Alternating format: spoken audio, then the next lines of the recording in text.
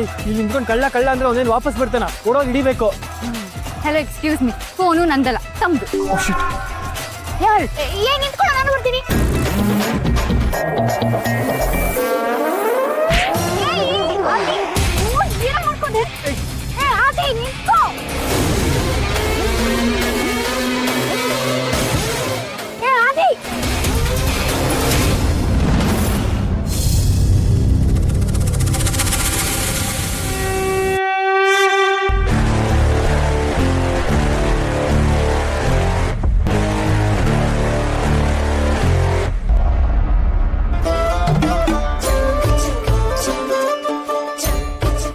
ದೇವ್ರೆ ಪ್ಲೀಸ್ ಅಪ್ಪ, ಹೇಗಾದ್ರೂ ಮಾಡಿ ಆ ಕಳ್ಳ ನನ್ ಕೈಗೆ ಸಿಗೋ ಹಾಗೆ ಮಾಡು. ಇವ್ನನ್ನ ಕರ್ಕೊಂಡ್ ಬಂದು ಗುರುಳ್ ಸೇವೆ ಮಾಡಿಸ್ತೀನಪ್ಪ.